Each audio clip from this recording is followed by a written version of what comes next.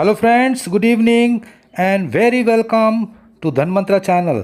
दोस्तों, जिस घड़ी का आप सभी लोगों को हर 3 महीने पे इंतज़ार होता है वो घड़ी देखिए आ गई है। और यस बैंक का जो Q1 का रिज़ल्ट है वो सभी के सामने आ गया है। और ये चीज़ कहने में कोई झिझक नहीं हो रही है कि रिज़ल्ट जो है बहुत अच्छे हैं। और यस बैंक के जो तमाम शेयर होल्डर हैं उनके लिए ये कहा जा सकता है कि उनका जो वीकेंड है वो अच्छा गुजर सकता है, इन द सेंस कि उन्हें घबराने की ज़रूरत नहीं है। देखिए दोस्तों, जो हमारी टैगलाइन कहती है कि ये एक टर्न अराउंड रिज़ल्ट है। और क्या अपर सर्किट लग सकता है? देखिए दोस्तों, अपर सर्किट की भी संभावनाएं हैं, क्योंकि चीज़ें जो थीं वो उम्मीद से अच्छी आई हैं। और एक जो मायूसी भरा माहौल था, देखिए CNBC TV 18 का जो अनुमान था प्रॉफिट का, इनफैक्ट उन्होंने एक बहुत बड़े लॉस का अनुमान किया था, वो करीब 1426 करोड़ का था। देखिए उस लॉस के अनुमान से जो रिज़ल्ट आया है वो आया है 206 करोड़ पॉजिटिव साइड में। तो देखिए, जब मीडिया में, खासकर जो टीवी मीडिया होते हैं, ये लोग कभी भी किसी भी कंपनी के प्रॉफिट और लॉस का जो अनुमान लगाते हैं उसके आधार पर जो वो प्रचार प्रसार होता है तो शेयर की जो वैल्यू होती है उस पर रिएक्ट करती है। तो हम ये कह सकते हैं कि जो एक शेयर यस बैंक का जो 13 रुपये का जो प्राइस है वो, आप ये मान के चलिए, एक बहुत बड़े लॉस के फिगर को एब्जॉर्ब करके 13 और 13-20 के लेवल पे मंडरा रहा था। तो क्योंकि ये रिज़ल्ट बहुत सरप्राइजिंगली एक पॉजिटिव दिशा में आया है। देखिए यस बैंक पे जो हम लोगों ने पहले डेटा देखा था, जो एक डेटा उन्होंने फ्लोट किया था, उसके आधार पे ऐसा प्रतीत तो नहीं हो रहा था कि यस बैंक एक प्रॉफिटेबल फिगर शो करेगी। सो ये सरप्राइजिंगली एक बहुत अच्छा रिज़ल्ट आया है। और हम ये कह सकते हैं कि मंडे को यस बैंक का परफॉर्मेंस काफ़ी अच्छा होना चाहिए मार्केट में। देखिए जो नेट इंटरेस्ट इनकम है वो भी जो CNBC का जी पोल था वो 1385 करोड़ का था। और उसके एवज में जो नेट इंटरेस्ट इनकम आई यस बैंक की वो 6.1% ज़्यादा आई है और 1402 करोड़ रुपये आई है। सो दोस्तों, यस बैंक का रिज़ल्ट हम इन समरी एक थम्सअप के साथ ये कह सकते हैं कि आने वाले समय में ये जो रिज़ल्ट है वो एक टर्न अराउंड साबित होगा। क्योंकि देखिए कोविड के 2 क्वार्टर के बाद ये जो रिज़ल्ट होगा ये एक बेस फाउंडेशन का काम करेगा। सो दोस्तों, आने वाले पोर्शन में हम डिटेल में Q1 रिज़ल्ट की एनालिसिस करेंगे। दोस्तों, जैसा कि हमने पिछले कई वीडियो में ये देखा है कि किसी भी बैंक के शेयर को एनालिसिस करने के लिए हमें उसके बुक वैल्यू को देखना पड़ता है। देखिए यस बैंक का जो बुक वैल्यू था वो पिछले क्वार्टर में उसके पिछले क्वार्टर के मुकाबले में काफ़ी गिर गया था और 14.5 रुपये से गिरकर जो बुक वैल्यू थी यस बैंक की वो 13.3 के लेवल पे आ गई, 13.2 के लेवल पे आ गई थी। इस क्वार्टर में आप मान के चलिए जो बुक वैल्यू है उसमें थोड़ी सी इम्प्रूवमेंट हुई है और ये 13.3 के लेवल पे आ गई है। सो हम ये कह सकते हैं कि लगभग यस बैंक का जो करंट मार्केट प्राइस है वो उसके बुक वैल्यू के आसपास ही है। सो एक फेयर वैल्यूएशन पे यस बैंक का शेयर ट्रेड कर रहा था, इन द सेंस कि एक बहुत ही नेगेटिव प्रॉफिट की आशंका थी। सो हम ये कह सकते हैं कि एक काफ़ी नेगेटिव फिगर को एब्जॉर्ब करके यस बैंक का जो करंट मार्केट प्राइस था उसको हम एक प्रकार से देख सकते हैं। सो दोस्तों, अभी जैसे हमने बोला कि नेट इंटरेस्ट इनकम में काफ़ी जो है बढ़ोतरी हुई है और Q1Q पे इसमें जो है करीब 42.1% की बढ़ोतरी यस बैंक ने दिखाई है। देखिए जो फिगर BSE और NSE पे इन्होंने 15-20 दिन पहले पोस्ट किए थे उसके आधार पे तो ये लग नहीं रहा था कि नेट इंटरेस्ट इनकम में इतनी बढ़ोतरी आएगी। सो ये एक बहुत ही पॉजिटिव स्टेप है। देखिए यस बैंक के संदर्भ में जो रामबाण साबित हो रहा है वो है नॉट इंटरेस्ट इनकम। यहाँ पे अगर आप देखेंगे तो Y-on-Y और Q-on-Q दोनों में ज़बरदस्त जंप है। Q-on-Q तो देखिए ऑलमोस्ट 30% का जंप है और Y-on-Y जो है वहाँ 70% का इंक्रीज़ है। इस प्रकार अगर अब हम देखेंगे तो टोटल इनकम जो है वो Q-on-Q में 36% का एक शानदार प्रदर्शन दिखाती है। देखिए ऑपरेटिंग लेवल पे अगर हम क्यू ऑन क्यू देखेंगे तो करीब 400% का ग्रोथ है। जहां कि पिछले क्वार्टर में ये महज 185 करोड़ का था, वहां इस क्वार्टर में क्यू ऑन क्यू जो ऑपरेटिंग प्रॉफिट की परफॉर्मेंस है वो 920 करोड़ की आई है। हाँ, अगर आप पिछले साल से कंपेयर करेंगे तो ये फिगर आपको 20% कम दिखेगा। देखिए, यस बैंक के संदर्भ में जैसा कि हम लोगों ने कई बार ये डिस्कशन किया है कि जो प्रोविजनिंग का आंकड़ा होता है उस पर हमको नज़र रखनी पड़ती है। देखिए, पिछले क्वार्टर में तो बड़ी गंदी प्रोविजनिंग की गई थी और उस गंदी प्रोविजनिंग के एवज में देखिए यस बैंक एक बहुत बड़े लॉस में आ गए थे। इस क्वार्टर में जो प्रोविजनिंग है वो महज 644 करोड़ की हुई है और उस प्रोविजनिंग के बाद जो प्रॉफिट का आंकड़ा आ रहा है वो करीब 207 करोड़ का आ रहा है, जो पिछले क्वार्टर में ये आंकड़ा करीब 3,788 करोड़ लॉस का था। देखिए, अगर आप वाई ऑन वाई भी देखेंगे तो प्रॉफिट में करीब 355% की जंप दिख रही है। सो हमें तो देखिए बॉटम लाइन पे फोकस करना पड़ेगा।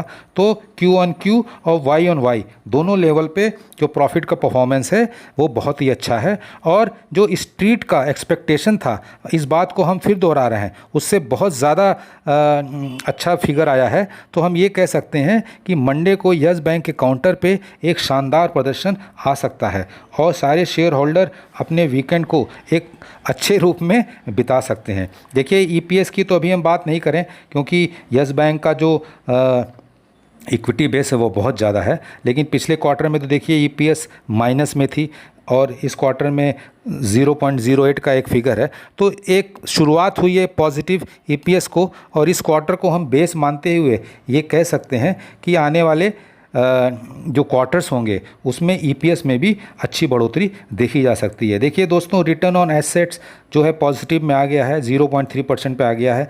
रिटर्न ऑन इक्विटी जो पिछले क्वार्टर में -43.2 पे थी वो अभी 2.5% पे आ गई है। निम जो है वो 2.1% है। इसमें अभी काफ़ी गुंजाइश है बढ़ने की, क्योंकि देखिए निम जो है करीब 3.5% से ऊपर का होना चाहिए। आगे के वीडियो में हम इस पर डिटेल में चर्चा करेंगे। कॉस्ट टू इनकम रेशियो देखिए यस बैंक के केस में बहुत ही ज़बरदस्त इम्प्रूवमेंट दिखाया है पिछले क्वार्टर के मुकाबले, क्योंकि यहाँ पे जो पिछले क्वार्टर में फिगर थी वो 89.7 की थी, वहाँ पे इन्होंने बहुत ही इम्प्रूवमेंट किया है और ये फिगर घट के 62.6 हो गई है। देखिए, जो यस बैंक का बड़ा फोकस रहा है फ़ी बेस इनकम में, उससे जो इनकी नॉन इंटरेस्ट इनकम जो है वो बढ़ रही है। देखिए, क्यू ऑन क्यू तो एक फ्लैट सी है, लेकिन अगर आप नए मैनेजमेंट का जो फोकस रहा है नॉन इंटरेस्ट इनकम में, अगर आप उसको पिछले साल से कंपेयर करेंगे तो करीब 24.5% से ये 43% जो है इसका शेयर इनके टोटल इनकम में हो गया है। दोस्तों, अब हम थोड़ा सा माइक्रो बिजनेस पे यस बैंक पे ध्यान दें तो टोटल एडवांसेस जो यस बैंक ने किया है वो फ्लैट रहा है और अगर आप क्यू ऑन क्यू देखेंगे और वाई ऑन वाई देखेंगे तो ये फ्लैट है। तो इसको हम कोविड की वजह से मान सकते हैं कि कोविड में जो इन लोगों ने लोन दिए वो उन पे असर आया है, तो लोन की जो ग्रोथ है वो एक फ्लैट है। लेकिन अगर डिपॉजिट की ग्रोथ देखेंगे तो वाई ऑन वाई करीब 40% की ग्रोथ दिख रही है और जो क्यू ऑन क्यू की परफॉर्मेंस है वो फ्लैट है। सो दोस्तों, जो कैपिटल एडिक्वेसी रेशियो है वो भी 17.9% से है पिछले क्वार्टर के मुकाबले, उसमें काफ़ी इम्प्रूवमेंट दिख रहा है। सीईटी रेशियो है वो भी देखिए 11.6% पे है, पिछले क्वार्टर में 11.2 था और अगर आप वाई ऑन वाई देखेंगे तो 6.5% ही वो था। और बुक वैल्यू की आप ऑलरेडी हमने चर्चा कर ली है। अब हम आते हैं जो सबसे बड़ी इंपॉर्टेंट फिगर यस बैंक के संदर्भ में हम लोगों को देखना चाहिए, वो है ग्रॉस एनपीए और नेट एनपीए। देखिए, जो ग्रॉस एनपीए की फ़िगर है वो पिछले क्वार्टर में 15.41% थी, जो इस क्वार्टर में बढ़ के 15.60% है। तो ये आप कह सकते हैं कि फ्लैट फिगर है। और जो नेट एनपीए का आंकड़ा है वो भी ऑलमोस्ट फ्लैट ही है। पिछले क्वार्टर में 5.88% था, जो इस क्वार्टर में घट के 5.78% हो गया है। लेकिन अगर आप वाई ऑन वाई के बारे में अगर चर्चा करेंगे तो जो ग्रॉस एनपीए का आंकड़ा है वो 17.30% से घट के 15.6% पे है और नेट एनपीए का आंकड़ा जो है वो थोड़ा सा बढ़ता हुआ दिखा है। देखिए, कोविड के संदर्भ में क्योंकि यस बैंक के देखिए पहले से काफ़ी इश्यूज़ चल रहे थे, तो यहाँ पे यस बैंक को हम बेनिफिट ऑफ डाउट इसलिए दे सकते हैं कि हम ये मान के चलेंगे कि जो आने वाला क्वार्टर है वहाँ पे ग्रॉस एनपीए और नेट एनपीए में मुझे ऐसा लगता है कि काफ़ी कमी आ सकती है। देखिए प्रोविज़न कवरेज रेशियो देखिए यस बैंक का 79.3%, ऑलमोस्ट 80% जो इनके जो बैड लोन्स हैं उसकी इन्होंने प्रोविजनिंग कर रखी है। तो भविष्य में जितनी भी रिकवरीज होंगी वो जो है इनके ऑपरेटिंग लेवल प्रॉफिट में झलके जाएंगे।